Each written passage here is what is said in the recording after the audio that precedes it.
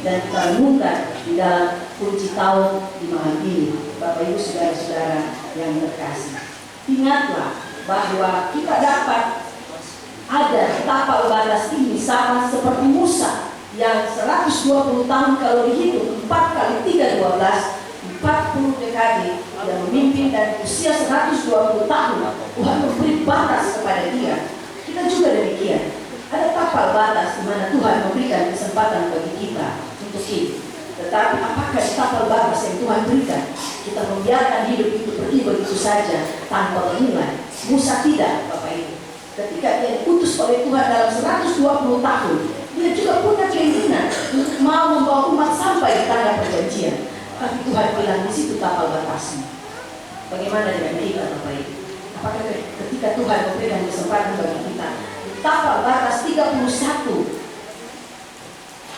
Desember ini 365 hari, apa yang sudah kita lakukan?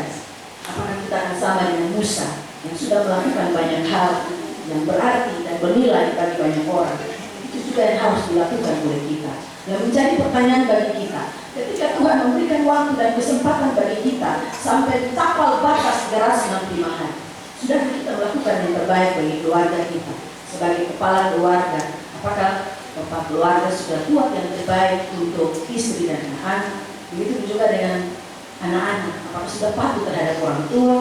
Begitu juga dengan istri, apakah sudah sayang anak-anak dan suami? Ini menjadi pertanyaan bagi kita semua. Dan sudah kita melakukan tanggung jawab itu dengan baik. Yang kedua, kita ingat bahwa di tapal batas tahun 2023 Tuhan sudah menunjukkan kasih setianya. Dia mengatakan kepada Musa dan juga bahkan kepada Yosua bahwa jangan takut. Kata jangan takut di sini juga mungkin akan disampaikan bagi kita di malam ini bahwa jangan takut. Entah tahun 2024 diprediksikan seperti apa tahun 2024. Tetapi kita yakin dan percaya sungguh bahwa di tapal batas tahun 2023 ketika Tuhan mengizinkan kita untuk melewati semua hari di hari ini, terakhir hari yang merupakan hari puji-pujian, hari sukacita bagi kita, maka kita percaya bahwa Tuhan yang sama pula, Allah yang diimani oleh Yosua dan juga bahkan Musa serta bangsa Israel, itu juga adalah Allah yang diimani oleh kita untuk kita bisa menjalani hari-hari hidup, melepaskan tahun ini dan memasuki tahun yang baru dengan keadaan selamat. Dan dibalik semua prediksi itu, kita yakin bahwa apa yang menjadi rancangan manusia belum tentu menjadi rancangan yang terbaik buat Tuhan. Bapak Ibu saudara-saudara yang terkasih, yang paling terakhir dari refleksi ini, kita mau bilang kepada kita semua Bapak Ibu bahwa jangan katong pernah takut kalau tanpa garam besok-besok kosong. Jangan katong pernah takut dan khawatir kalau katong cari uang untuk anak-anak sekolah. Jangan katong pernah takut untuk menghadapi hidup jika orang bilang katong salah tapi katong benar. Jangan katong pernah takut berbuat kebaikan, karena kebaikan itu meskipun harus orang lain lupakan, tetapi Tuhan tidak pernah melupakan kebaikan itu. Jangan pernah kita takut menolong orang lain saat kita juga susah, karena kita yakin di balik pertolongan itu Allah juga berkuasa akan menolong kita. Jangan pernah kita takut menghadapi hidup ini. Jika air mata datang, jika duka datang, jika badai datang dalam hidup ini, jangan pernah kita takut. Karena apa? Allah memberikan jaminan penyertaan bagi kita. Jangan kita takut kalau hari ini kita sakit dan besok kita harus masuk rumah sakit. Jangan kita takut kalau mungkin nafas kita ada di ujung hidung. Jangan juga pernah kita takut kalau orang lain berbuat tidak baik terhadap kita. Jangan pernah kita takut kalau orang berbuat tidak adil terhadap kita. Jangan pernah kita takut kalau mungkin orang menginjak harga diri kita. Jangan pernah kita takut jika orang lain mungkin meremehkan dan menghina kita hanya karena kita kekurangan, hanya karena kita tidak punya apa-apa, hanya karena kita orang kecil. Tapi ingat bahwa di ambang batas semua kehebatan manusia, di situ Allah berkuasa. Allah punya kendali atas hidup manusia, dan Allah berkuasa memberikan yang terbaik bagi siapa saja yang merasa diperbuat tidak adil. Allah akan menolong setiap orang yang merasa berkekurangan.